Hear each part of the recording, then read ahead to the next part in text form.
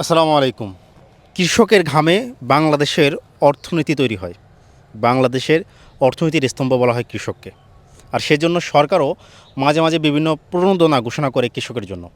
কিন্তু বাস্তবতা হচ্ছে সেই প্রণোদনার অধিকাংশই কৃষক পায় না। আপনার বয়স কত? আমার বয়স তো 50। 50। আপনি 50 বছর বয়সে কি সবসময় কৃষিকাজই করতেন? জি, কৃষিকাজে করছি, আগে কিছু ব্যবসা করছি। ব্যবসা করছেন। কৃষক হিসেবে আপনি কি কখনো সরকারি কোনো প্রণোদনা পেয়েছেন? আজ পর্যন্ত পাই নাই। আজ পর্যন্ত আজ পাননি। পর্যন্ত পাই নাই। একজন 55 বছর বয়সী কৃষক সরকারি কোনো প্রণোদনা পায় নাই। কোনো সার, না, পাই নাই। কোনো টাকা, না, পাই নাই। কোনো চাল, পাই নাই। কোনো সাপোর্ট, কোনো পাই নাই, সরকারিভাবে কোনো সাপোর্ট পাই নাই। কোনো পরামর্শ?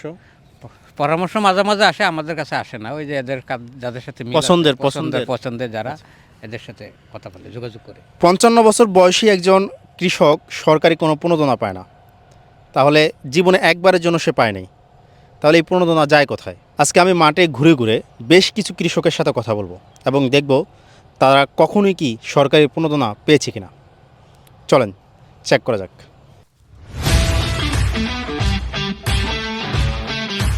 আঙ্কেল আসসালামু আলাইকুম। আচ্ছা আঙ্কেল, আপনার কি নাম? মান্নান। জি, আব্দুল মান্নান। আব্দুল মান্নান। ওকে, আপনি কত বছর ধরে কৃষিকাজ করেন? আমি করি যে স্যার একটা ছোটোবেলার থেকে। ছোটোবেলা থেকে না? জি জি। ছোটোবেলা থেকে আপনি কৃষিকাজ করেন। আপনার বয়স কত?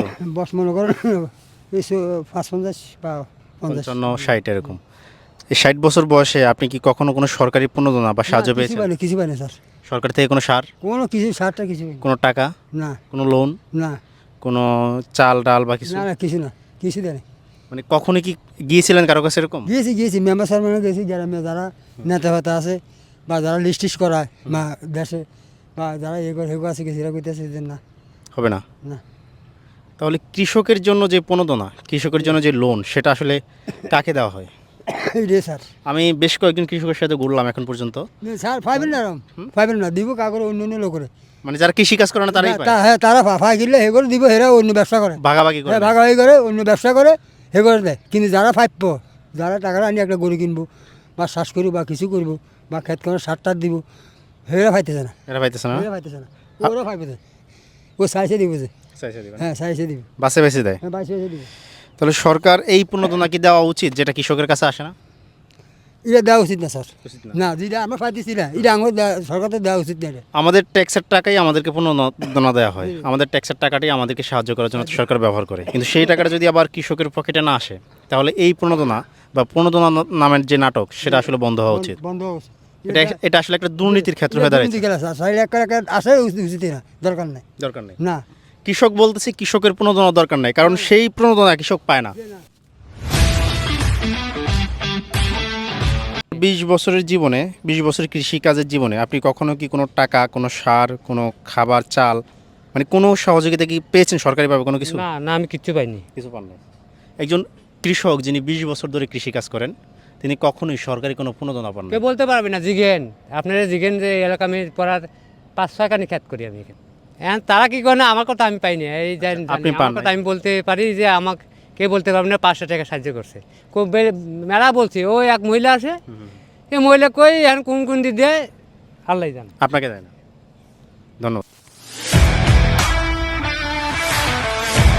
আঙ্কেল আসসালামু আলাইকুম। একটু কথা বলা যাবে? না না, আমরা জানতে চাচ্ছি যে আপনি তো কৃষিকাজ করেন না, সরকারি কোনো অনুদান বা কোনো টাকা পয়সা আপনি কি পান কখনো? না। কয় বছর ধরে কাজটা করেন কৃষি? এখন কৃষি তো অনেক বছর হইলাম নাই। পুরো বয়স, কিন্তু কোনো সরকারি প্রণোদনা কখনো পান নাই? এই 2বার পাইছিলাম, 10 কেজি করে সার। শুধু সার? মানে পুরো জীবনে কত বছর এটা? 20 বছর তো কৃষিকাজ করেন নাকি আরও বেশি করেন? বেশি হয়। আরও বেশি হবে। 20 বছরে 20 কেজি সার, মানে আপনি 20 বছরে 20 কেজি সার পাইছেন, তাই তো? এই দুইটা আর 10 কেজি করে 20 কেজি করে পাইছি। 20 কেজি।